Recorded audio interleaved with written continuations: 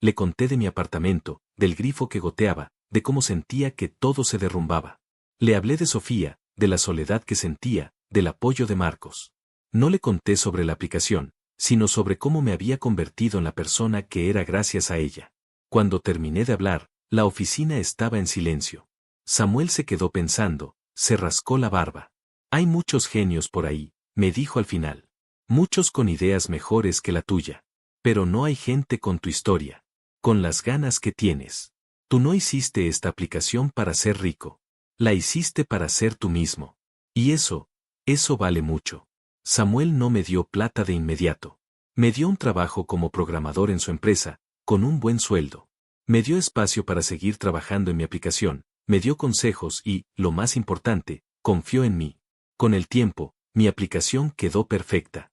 Con la plata que ganaba, pude invertir en mi propia empresa. A los pocos meses, la lanzamos. El primer día, la gente respondió de maravilla. La descargaron un montón, las críticas eran geniales. Mi teléfono no paraba de sonar. Lloré como un niño.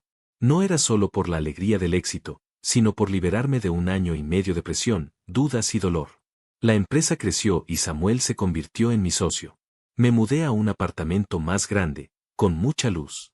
La plata me dio tranquilidad, pero lo que más me hacía feliz era el esfuerzo que había puesto para lograrlo. Un día, sonó mi teléfono. Era un número desconocido. Contesté. Hola, dijo una persona al otro lado. Soy Sofía. Sentí un golpe en el pecho, un escalofrío. Era la misma voz, el mismo tono. Me quedé callado, escuchando mi respiración. El corazón me latía fuerte. La voz de Sofía me trajo de vuelta a ese apartamento, a esa cena, a su mirada de tristeza. Me enteré de lo que hiciste, siguió hablando. Y, me gustaría que habláramos. Te he estado buscando. Colgué. Se me cayó el teléfono de la mano y golpeó la mesa. Me quedé mirando la pantalla de mi computadora, donde estaba el logo de mi empresa. Sentí algo raro, una mezcla de alegría y amargura. La gente que me había dejado solo en mis peores momentos, no merecía estar conmigo en los mejores. Haber creado mi empresa no era la única victoria. La victoria era la persona en la que me había convertido. La victoria era saber que, sin Sofía, había aprendido a volar. Ese día, la herida que creía cerrada se abrió de nuevo. Pero ya no era una herida de dolor, sino de recuerdo. Tenía que decidir qué hacer con ese recuerdo. No era un final, era una historia que todavía tenía un final por escribir. Y, al parecer, la tercera parte estaba por comenzar. El teléfono en la mesa vibraba, y su pantalla se iluminaba con el número desconocido de Sofía. Lo miré fijamente, como si fuera una serpiente a punto de atacar. Mis manos estaban sudorosas, y sentí un temblor que me subía por los brazos. Un vacío en el estómago, un frío repentino, me recordó la sensación de esa noche en el departamento, cuando ella me miró con resignación. No respondí. El teléfono dejó de vibrar, y el silencio volvió a la oficina, pero ya no era un silencio tranquilo. Era un silencio que me gritaba, un eco de un pasado que creía haber enterrado. Me senté en mi silla, con la piel de gallina en los brazos y el corazón latiendo tan fuerte que podía oírlo en mis oídos. El nudo en la garganta, que había desaparecido con mi éxito, regresó, apretando con fuerza. Marcos llegó un rato después. Entró sin llamar, como siempre, y se sentó en una de las sillas de diseño de mi nueva oficina. Sus manos seguían sucias de grasa, un recordatorio de dónde venía. Él no dijo nada, solo me miró. Me quedé en silencio, sabiendo que él no necesitaba que yo hablara. Se inclinó hacia adelante y me quitó el teléfono de la mano. Vio el número. ¿Sofía?, preguntó.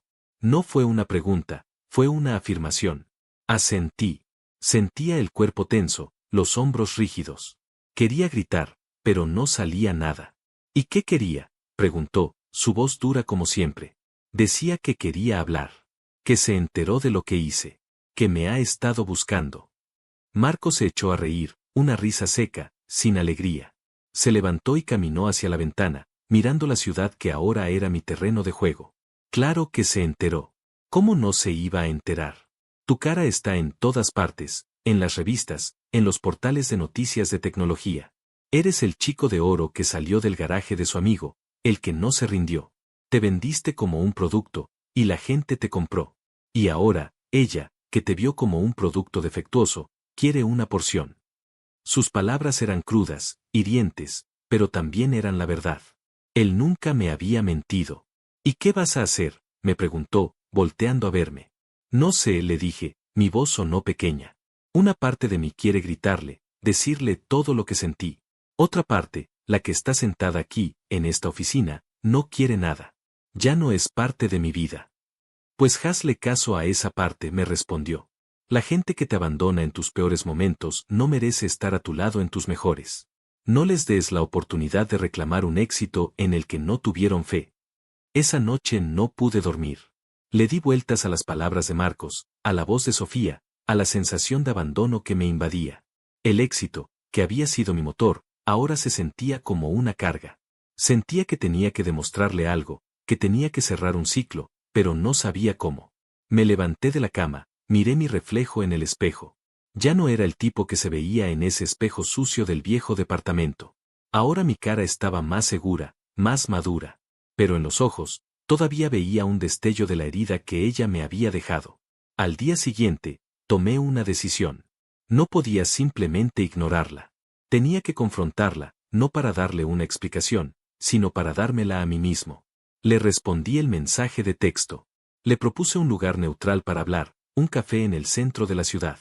Un lugar público, donde la conversación no pudiera salirse de control. Me preparé para la reunión como si fuera una batalla. Me vestí con una ropa que no tenía nada que ver con el yo del pasado.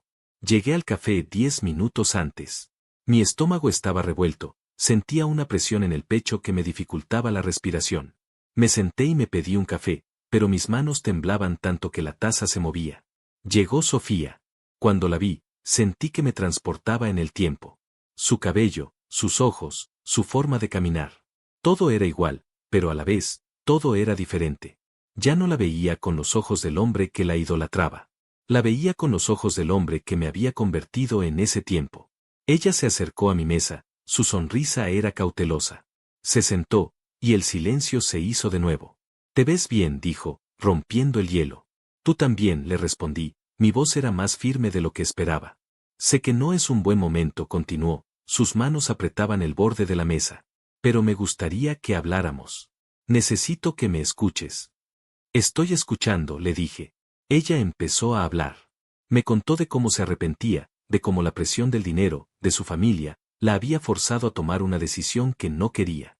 Me habló de su soledad, de cómo se sentía perdida. Me dijo que yo era la única persona que la había entendido de verdad. La miré mientras hablaba, y en sus ojos, ya no vi la tormenta de resignación que había visto esa noche. Vi algo más.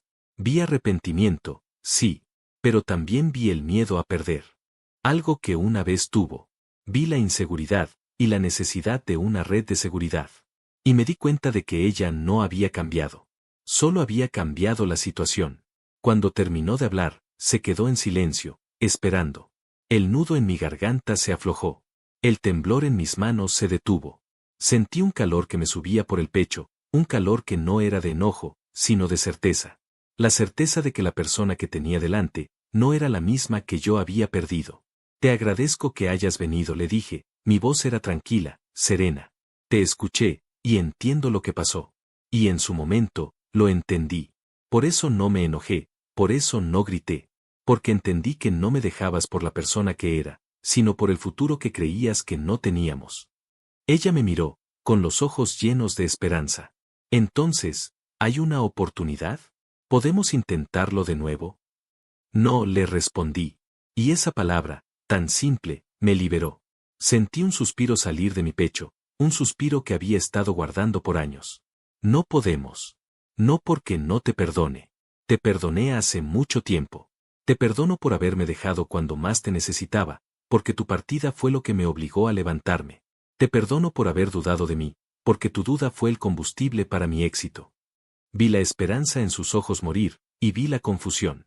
«Pero, ¿por qué? ¿No me amabas?» «Sí», le dije. «Y te amé tanto que por un tiempo, perdí mi camino. Perdí la fe en mí mismo. Y me di cuenta de que yo era la única persona que podía salvarme. Y lo hice. Me levanté. Me reconstruí, de cero, sin tu ayuda. Sin tu fe. Sin tu amor». Me levanté de la mesa. La miré por última vez, y la vi, de verdad. Vi a una mujer que, por su propia inseguridad, había renunciado al amor. La vi, y por primera vez, no sentí dolor. Sentí compasión. El hombre que amabas ya no existe, le dije. Ese hombre se quedó en ese departamento, esperando. Pero yo no. Yo seguí adelante. Y aprendí algo en el camino. La verdadera dignidad no es que alguien te ame, es que te ames a ti mismo.